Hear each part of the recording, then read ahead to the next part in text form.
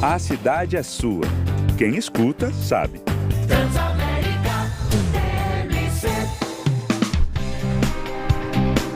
Voltando com esse segundo bloco do A Cidade é Sua, aqui para você que está nos ouvindo na Transamérica TMC, no 100.1 FM de São Paulo, e também nos assistindo ao vivo no YouTube pelo TMC.360. A gente conversa a partir de agora, falando mais um pouquinho sobre a realidade paulistana hoje, com o secretário municipal de saúde da cidade de São Paulo, o doutor Luiz Carlos Zamarco. É um prazer falar com o senhor. Como vai? Tudo bem, secretário? Bom dia, Felipe Bueno. Bom dia a todos os ouvintes. Bom dia. Tudo bem, e você? Bom, eu tô sabendo, secretário, que o senhor está no meio do batente, né, neste fim de semana, porque começa a campanha de vacinação contra a bronquiolite, né? E essa imunização, que é nacional, né, providenciada pelo SUS, é destinada a um público específico, mas um público muito importante, né, gestantes a partir da 28ª semana, para proteger os recém-nascidos, né, contra os casos graves da doença. Qual que é a expectativa inicial da secretaria? Bom, isso é uma coisa muito importante, né, para os nossos bebês, que o nosso maior problema, 75% dos bebês que desenvolvem síndrome respiratória graves é por conta do vírus sincicial respiratórios. E nós não tínhamos vacina desse vírus até o momento. Então, hoje, o Ministério da Saúde, o ministro Padilha está aqui em São Paulo, fazendo o lançamento nacional da vacinação contra o vírus sincicial respiratório. Então, nós estamos aqui no Clube do Corinthians agora, fazendo esse lançamento, iniciamos a vacinação aqui agora. A importância que é para gestantes de 28 semanas, a partir de 28 semanas, né? Ela pode fazer até na véspera do nascimento do bebê, mas o importante é ela ir com 28 semanas, porque ela indo com 28 semanas, ela vai ter oportunidade de formar um grande número de anticorpos que vai proteger o bebê nos primeiros 6 meses de vida contra a bronquiolite, que é uma doença grave que afeta muito os nossos bebês. Então, essa é uma ação muito importante que está iniciando hoje na cidade de São Paulo. Secretário, tem alguma contraindicação essa vacina? Tem alguma restrição, algum tipo de possível potencial para alguma área específica, algum grupo específico deve evitar essa vacina? Ou está liberada para todo mundo para quem ela é destinada? Não tem nenhuma contraindicação. Essa vacina é destinada para gestante de 28 semanas, né? Porque é justamente para a mãe formar o anticorpo para proteger o bebê na hora que ele nasce, durante os seus 6 primeiros meses de vida. E é importante falar que essa vacina, ela serve para cada gestação. Então, cada vez que a paciente ficar grávida, ela precisa tomar essa vacina nesse período de 28 semanas. Olha, secretário, a gente vai aproveitar aqui no A Cidade é Sua e conversar sobre outros temas, mas um tema que ainda vem dessa novidade, dessa vacinação desse fim de semana, é a questão da comunicação. Então hoje, né, nesse fim de semana, a gente vai falar muito sobre essa vacinação. Tem campanha nacional, a cidade de São Paulo está fazendo campanha, está fazendo ação, está chamando todo mundo, todas as mães e tudo mais. Só que aí, como toda campanha de vacinação ou de conscientização, a coisa acaba, ainda mais nesse tempo de redes sociais, né? A coisa acaba diminuindo de intensidade e aí as pessoas começam a desistir, falar que vão amanhã, que vão outro dia e tal. Como é que é enfrentar esse desafio cuidando de uma cidade desse tamanho, secretário? Olha, nós tivemos aqui na cidade de São Paulo, no pós-pandemia, você lembra, né? Na pandemia, a gente teve uma diminuição muito importante dos nossos índices de vacinação na cidade de São Paulo. E foi uma campanha que nós desenvolvemos na Secretaria Municipal de Saúde, fazendo parcerias, principalmente com a Secretaria da Educação, que a gente conseguiu melhorar bastante nossos índices. Hoje, nós saímos de índices de 70% que nós tínhamos no pós-pandemia, para hoje estarmos com todas as vacinas acima de 90%. Várias delas já atingimos a meta do Ministério da Saúde de 95%. Temos vacina que nós temos 100% de aplicação. E aí, ainda falando sobre comunicação, a gente para pensar no seguinte: dezembro está chegando o verão, né? Dezembro já chegou. Está chegando o verão, janeiro, fevereiro, praia, campo e tal. E o Aedes aegypti, né? Chikungunya, Zika também, dengue principalmente, né? Mais uma vez a gente vai falar disso que a gente acabou de abordar, né, secretário? Campanhas nacionais, campanhas estaduais, campanhas municipais. O que a gente já pode falar para as pessoas agora no início de dezembro que vale para esse verão, vale para essa virada de ano? Bom, é importante que todas as pessoas mantenham a vacinação em dia. São Paulo tem sido um exemplo nacional. A imprensa tem nos ajudado muito para poder atender essa demanda da população. Bonitinho, deixa eu só arrumar aqui a minha câmera, senão... Fica tranquilo, secretário, fica tranquilo. Aí, ó. São as modernidades, secretário. A gente está falando de modernidade, são as modernidades. Vamos lá. É verdade, é porque eu tô aqui no estádio do Corinthians, a gente teve que fazer improvisar para a gente poder falar contigo. Mas, secretário, não está tendo jogo aí não, né? Não está tendo jogo aí não, né? Hoje não tem jogo. Hoje só então tem vacina aqui, viu, certo. Felipe? Só tem vacina. Boa. A gente está fazendo a vacina do vírus sincicial aí, da conta bronquiolite, mas aproveitamos para fazer uma campanha multivacinal. Trouxemos todas as vacinas, porque se alguém tiver com alguma vacina atrasada, já aproveitamos para fazer essa vacinação hoje também aqui. Mas então, aí na Secretaria Municipal da Saúde, a gente tem aqui disponível, né, as nossas unidades básicas de saúde, que funcionam de segunda a sexta-feira. No final de semana, a gente abre as AMAs UBS, que é importante para poder vacinar as pessoas que trabalham durante a semana. A gente tem todas as vacinas que estão disponíveis pelo o Programa Nacional de Imunização na cidade de São Paulo. A vacina da dengue, que a gente tem aqui na cidade de São Paulo, inclusive uma boa adesão da nossa população. A gente já conseguiu vacinar 70% com a primeira dose no público-alvo, que é de 10 a 14 anos. Pedimos para o adolescente que ainda não vacinou com a segunda dose, para ele ir vacinar agora da segunda dose, principalmente que vai estar de férias, vai estar viajando, então para ele se proteger contra a dengue. Se já tomou a primeira dose, é importante tomar a segunda dose. E se não tomou a segunda dose, que ele vai lá e tome. E se não tomou a primeira, que também vai lá e tome. Então a gente tem a vacina disponível em todas as unidades básicas de saúde. Importante falar para a população que nós temos todas as vacinas em todas as unidades básicas de saúde. Por favor, venha até a unidade de saúde, botar sua carteira de vacinação em dia antes de sair para viajar. Que aí você pode viajar tranquilo, protegido e imunizado para qualquer lugar que você quiser do nosso país, inclusive viagem internacional. Então, é importante isso para a nossa população. E em relação à dengue, que a gente fala bastante, né? E agora a gente vai estar falando com a população, a gente continua fazendo aquelas nossas ações, dizendo que a vacinação é importante, mas aqueles cuidados que a gente tem que ter, lembrando que 80% da transmissão da dengue ocorre dentro das residências, que a população continue fazendo essa parceria com a Secretaria Municipal da Saúde, cuidando da sua residência, não permitindo criadouros dentro da sua casa. Para terminar esse assunto dengue, Aedes aegypti, secretário, com base até na sua experiência, o senhor que é médico, a cada verão dá para a gente dizer que existe digamos, no calendário do verão, um período de pico? Seria alta temporada ou seria aí um rebote da alta temporada, já pensando em março, abril? Qual que é o período mais drástico por ano, né, dessa incidência de casos? Então, Felipe, normalmente o período mais drástico da dengue, ele fica ao redor de março e abril, que é o período sazonal, onde tinha o maior número de chuvas. Mas com essas mudanças climáticas que nós temos no mundo, né? Não é só no nosso país, a gente tem verificado que a gente tem tido picos de dengue no Brasil inteiro, em todo o ano, porque tem períodos de chuva durante todo o ano, a temperatura está bastante instável e isso propicia que o mosquito da dengue se procrie.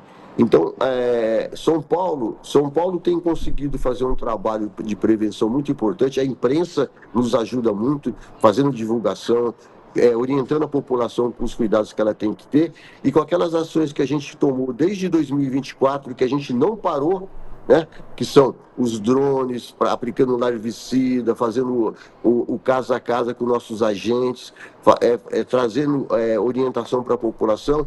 A cidade de São Paulo, mesmo o estado de São Paulo tendo um pico importante em 2025, a cidade de São Paulo não aconteceu isso. Então, esse trabalho de prevenção que a gente está fazendo na nossa cidade, com a ajuda da imprensa, com a ajuda da nossa população, demonstra que os cuidados são importantes para você evitar o número aumentado de transmissão da dengue. Como o secretário falou, a sua participação, você que está nos ouvindo, está nos assistindo, é muito importante. Não é para deixar para fazer isso só no verão, fevereiro, né? Janeiro, fevereiro, acabou, né? No resto do ano a gente não se preocupa mais. Ah, eu não ouvi na rádio, não vi no jornal, não vi na internet, acabou. Não é bem assim.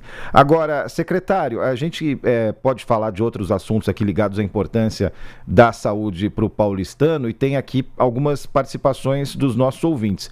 O ouvinte Adriano, por exemplo, ele quer fazer aqui uma pergunta sobre atendimento elegível nas UBS, que ele diz que, especificamente, ele está falando aqui do Pari, né? Imagino que seja aquela UBS do Pari, que atende o pessoal do Brás também, né? Mas que ele está reclamando, ele não deixou claro aqui qual que seria o serviço, mas reclamando de fila de espera. Bom, fila de espera a gente sempre tem, né? Afinal de contas, a demanda numa cidade como essa é imensa, né? Mas o que a gente pode dizer especificamente para o caso das elegíveis, dos atendimentos elegíveis, ou seja, aqueles que não são de emergência, né? De urgência?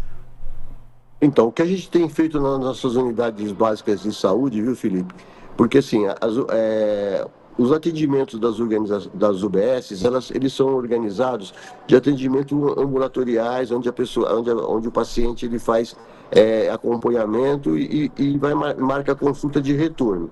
Mas como nós temos a nossa população muito grande, são 12 milhões de habitantes, por mais que a gente tenha saído de 3 UPAs, ido para 34 UPAs e tenha aumentado a nossa porta de urgência e emergência, a população procura bastante a unidade básica, que é mais próximo da casa dela, para às vezes ter um atendimento que não é um atendimento agendado, que ela não tinha uma consulta agendada.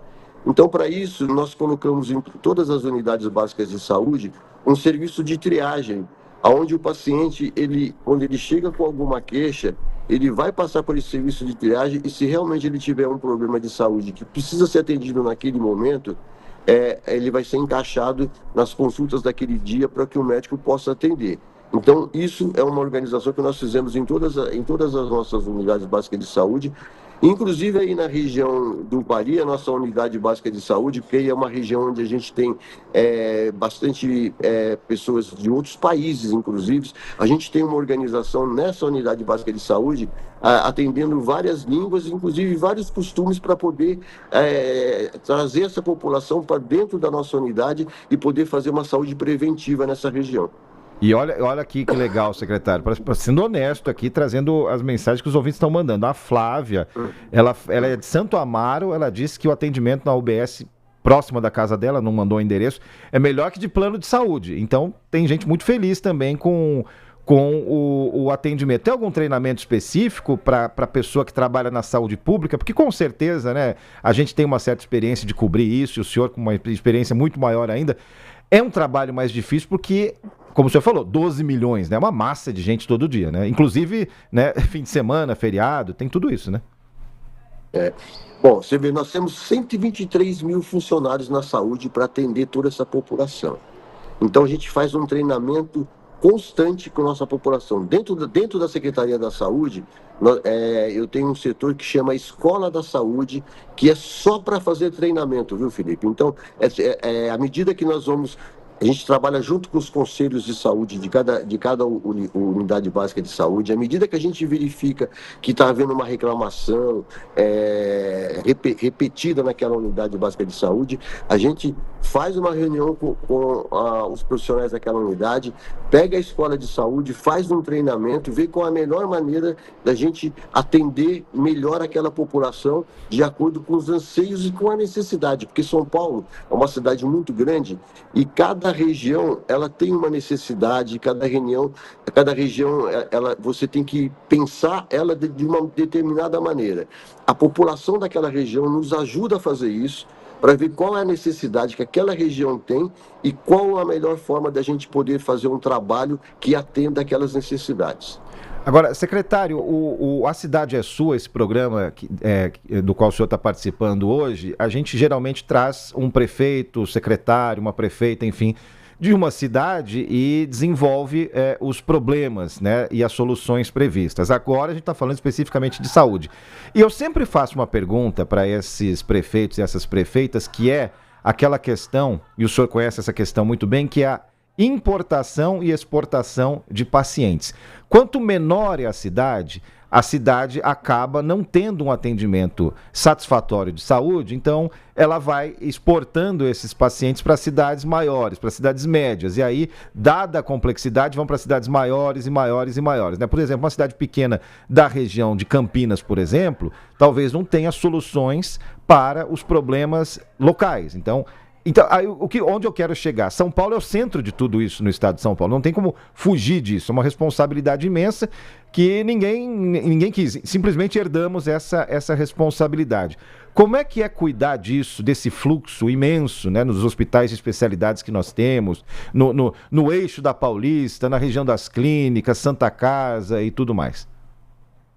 Você sabe que em São Paulo a gente se organizou bastante, né? Então, o que a gente fez para poder saber como melhor lidar com isso? Você falou uma coisa importante.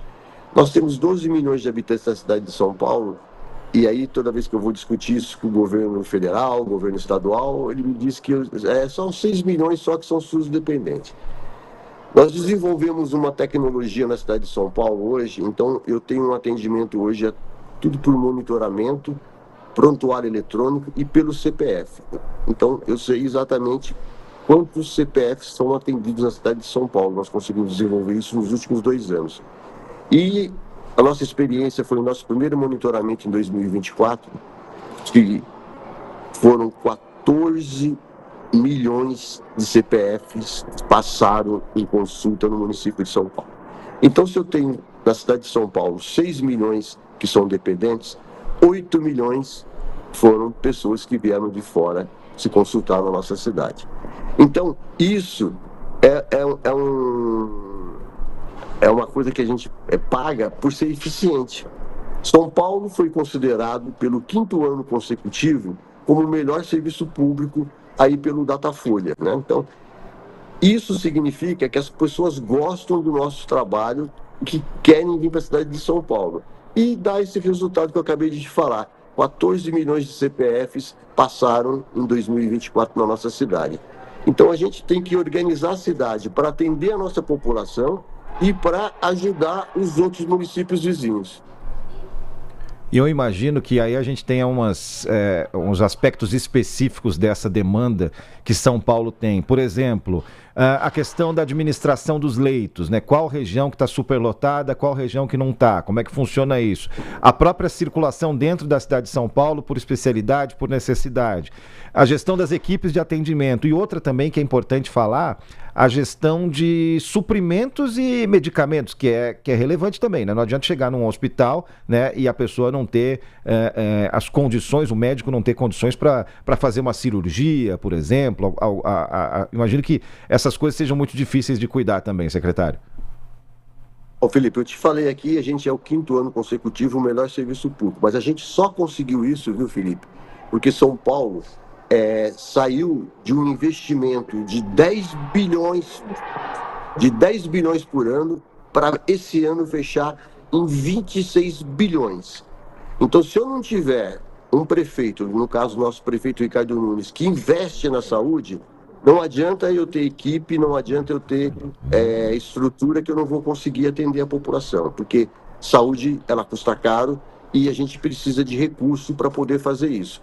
Então, São Paulo, a gente tem um apoio muito grande, tanto do nosso legislativo, quanto do nosso executivo. O prefeito apoia todas as ações, investe na saúde do município de São Paulo. Então, aí você vê que a gente saiu de 3 UPAs para 34, vamos chegar a 45. Saímos de 450 UBS para 480, vamos chegar a 400, quase 500 UBS, nós vamos chegar no final dessa gestão.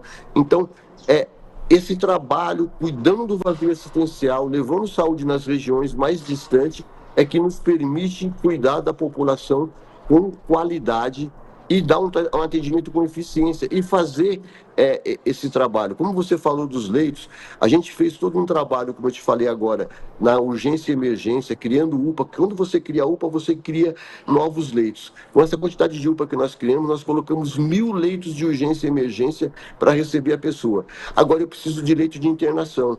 O prefeito está investindo, ele vai está fazendo uma reforma nos hospitais. Quem frequenta os nossos hospitais vai ver que todos eles estão em reforma.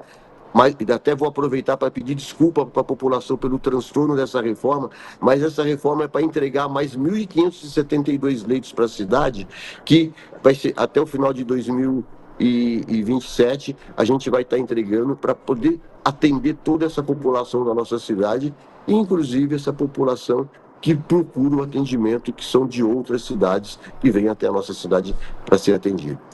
Estamos quase chegando no fim da nossa conversa, mas dá tempo ainda de fazer algumas perguntinhas e colocar alguns ouvintes se manifestando aqui. O Paulo Eduardo, por exemplo, que sempre participa, ele diz aqui que sai dos Jardins, olha só, para ser vacinado e até fazer algum atendimento na UBS da Chácara Santo Antônio. São ágeis, educados, gentis e eficientes. Olha aí, mais um elogio. E aí o senhor comenta, o Paulo, e também comenta a pergunta da Débora, que tá querendo saber assim, olha, verão também, Felipe, é época de doenças respiratórias, não é só no inverno, não. Queria que o secretário falasse um pouco sobre isso. Então, aproveitando que o senhor é médico, secretário, vamos lá. Tem o Paulo e a Débora aqui, mandando manifestações aqui. Então, o Paulo, ele não sabe na Chácara Flora, ele está morando nos Jardins. Nos Jardins a gente tem uma UBS ali na Bela Vista, uma UBS Nossa Senhora do Brasil, que tem lá um bom atendimento. Ele pode procurar, fica ali na Almirante, né? Isso. Eu frequento lá. Então, isso, é uma UBS boa. Ele pode ir do lado da casa dele e ele vai ter o mesmo atendimento da Chácara Flora, porque o nosso treinamento é para todos os atendimentos serem iguais na cidade inteira. Em relação às doenças respiratórias no verão, é aquilo que eu te falei. Lembra que eu falei que o pessoal fala muito da doença respiratória sazonal, mas com as mudanças climáticas hoje, nós temos doença respiratória durante todo o ano. Por isso que a gente está fazendo esse trabalho da vacinação, principalmente nas gestantes, para que os bebês fiquem protegidos e não aconteça de ter casos de bronquiolite, porque é a nossa preocupação com a mudança climática. Hoje a gente tem casos respiratórios. Antigamente a gente tinha nossas UTIs pediátricas, principalmente, lotadas só durante o período sazonal, que ficava ali entre fevereiro e julho.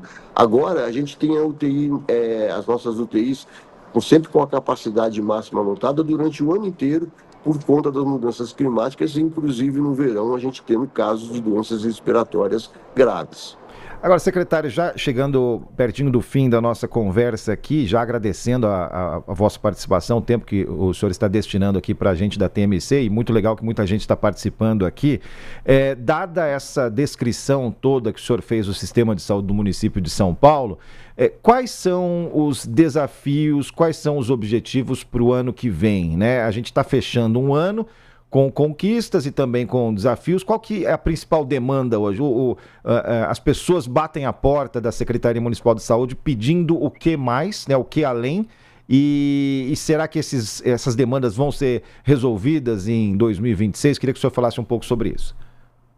O nosso principal desafio para 2026 é manter o nosso trabalho que a gente já continuou, porque, como você falou, a gente tem demandas reprimidas de algumas cirurgias, de algumas consultas. A gente tem trabalhado com bastante afinco, né, em cima dessas demandas, diminuindo o tempo de espera, principalmente para exames, para cirurgias e para consulta. Esse é o nosso maior desafio e a gente vai conseguir vencer isso nos próximos anos. E o dinheiro dá, o orçamento dá, secretário? Tem que mudar alguma coisa, tem que mudar a lei, tem que bater na porta do prefeito, bater na porta do governador, do presidente, ou já estamos bem em São Paulo com relação a isso? O financiamento é uma outra coisa bastante importante. O prefeito tem ajudado muito, aumentado bastante, como eu falei, o recurso, mas esse recurso ele acaba saindo do nosso imposto aqui da cidade de São Paulo. E a gente precisa da ajuda do governo federal para poder aumentar essa porcentagem, né? Hoje, 85% do recurso gasto na cidade de São Paulo é custeado por nós paulistanos, pelos nossos impostos. Precisaríamos que o governo federal aumentasse um pouco esse valor. Ele já chegou a custear 25%. A gente tem conversado bastante, ele vai nos ajudar. Inclusive, hoje nós estamos aqui com o ministro aqui no Corinthians, fazendo o lançamento da vacina. Estamos conversando sobre isso e eu tenho certeza que ele vai sensibilizar da importância de participar dos cuidados da saúde do paulistano. Tá certo. Nós ouvimos aqui no A Cidade é Sua o secretário municipal da Saúde de São Paulo, doutor Luiz Carlos Zamarco. Muito obrigado pela atenção. Puxa a orelha do pessoal aí que não se vacina, secretário, e bom trabalho nesse fim de semana, boa campanha, e estamos sempre aqui de portas abertas para quaisquer campanhas de saúde, porque a gente sabe a importância de conversar com as pessoas sobre a saúde pública, tá certo? Um grande abraço para o senhor. Um grande abraço, Felipe. Eu te agradeço a oportunidade de a gente estar participando, estar falando e a imprensa contribuindo para a divulgação do nosso trabalho. E esse foi o A Cidade é Sua deste fim de semana. Transamérica agora é TMC. Quem escuta, sabe. Transamérica.